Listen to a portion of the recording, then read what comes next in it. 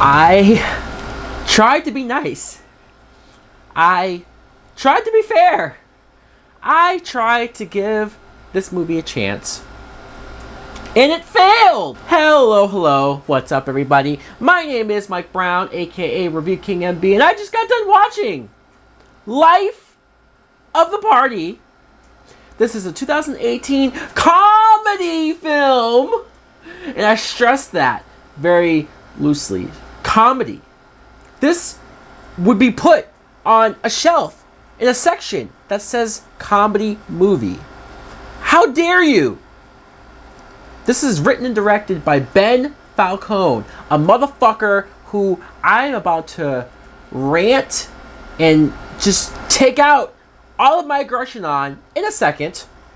The plot is it stars his wife in real life, Melissa McCarthy, who plays Deanna, and her daughter is being sent to college and it's supposed to be this nice and happy thing for her until literally right after she sends her to college. Literally, she's dropping her off. Her husband breaks up with her and says, "Yeah, I'm cheating on you. You're dumped. I want a divorce. Goodbye." And I don't blame him. So she, of course, is sad and upset, but she wants to come out of the depression by doing what she didn't get to do when they first got together. Finish college! So she goes back to college, and she's there with her daughter, and is hanging out with the sorority girls, and that's really it. What else is the plot of this movie? It doesn't know what it wants to do. This movie is horrible. It's horrible for so many reasons. First things first. Ben Falcone, you are an untalented, unfunny, uncreative. Stop making movies. Stop.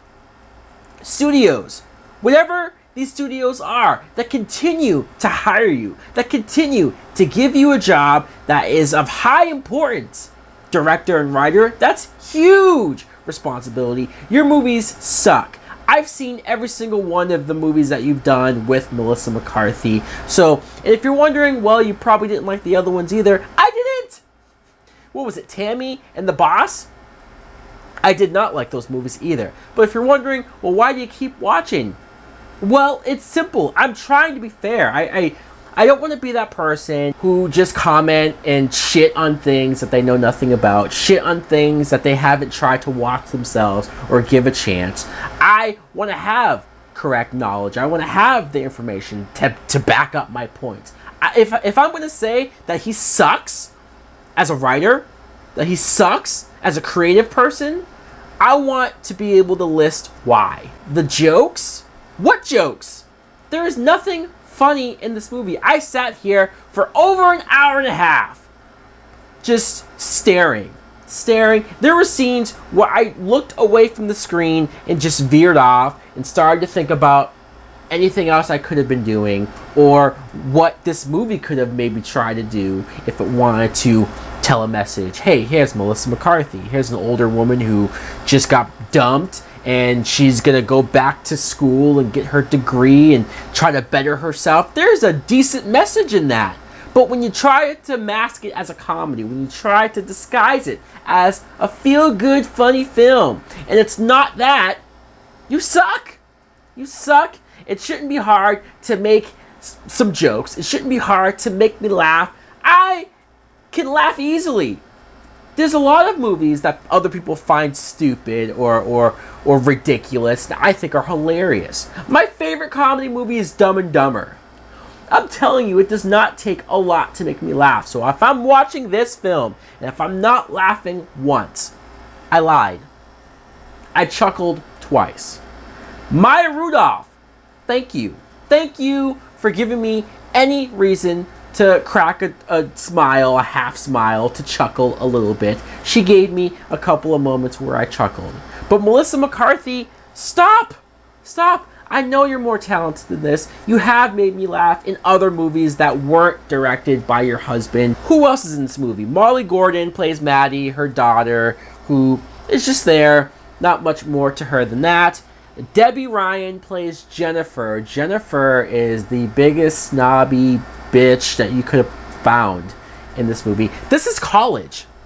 I'm not saying that there's not immature women or immature people at all in college in their 20s that could make fun of someone, bully someone for no reason. But the way how this girl does it, completely unsolicited, completely random, out of the blue, it's so exaggerated, it's so over the top.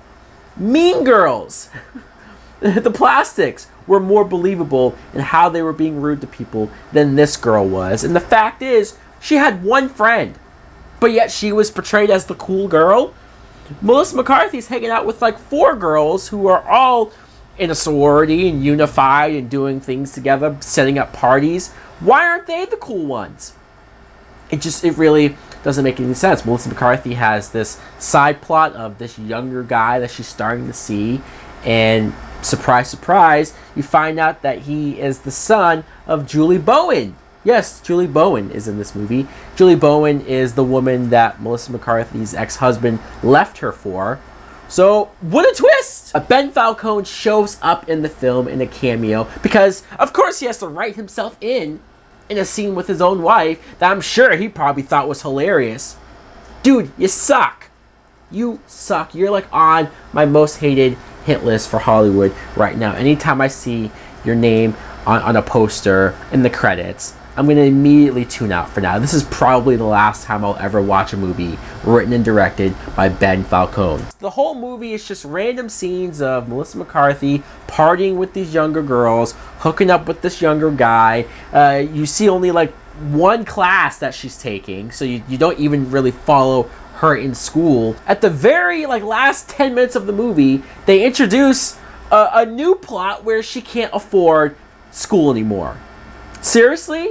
As fast as she was to join the college, as quick as she was to get in there, and she's already going side by side with her daughter, and it seemed easy for her to get anyway. She bought all the books, she bought the supplies, she did everything, supposedly, apparently, right? She can't afford classes anymore, so the sorority raises a party to get people to donate, to pay for her tuition, and they promise that somebody's going to perform at this party. Christina Aguilera, which is, I guess, random at this point to be like, oh yeah, we're going to get her. But they don't have any connection to her until Melissa McCarthy's roommate, who's very emo and gothy and just weird throughout the film, randomly just so happens to, what a coincidence, is the cousin of Christina Aguilera, calls her up, she shows up, performs, and saves the day. Holy fuck, is that horrible writing. This is my point. This is the level of ideas. This is the level of creativity. This is the level of transitions that a Ben Falcone can come up with. Dude, you suck. I shouldn't be this much of a dick. I shouldn't be calling for the job of somebody. But when you're putting out shit material like this consistently over and over again, this is the 3rd time, dude. 3 strikes and you're out. I'm serious. Fuck this movie. Fuck this movie, and fuck you, Ben Falcone, and everyone else that was involved with the steaming, stinking pile of dog shit. Anyways, guys, let me know in the comments below, what did you think of Life of the Party? If you, for some reason, saw it too, I don't even know why I finished it. I don't even know why. The movie isn't even offensively bad. It's just lame as fuck bad. It's just corny as hell bad. And to me, that's just as bad as offensive. Like, comment, subscribe. Later.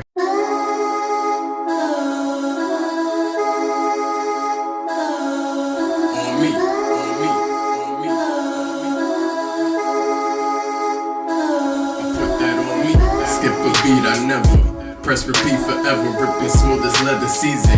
Lemon pepper, gotta piece it together like I wrote it in an etch a sketch. Concentration breaks away, it shakes away how lyrics are solid.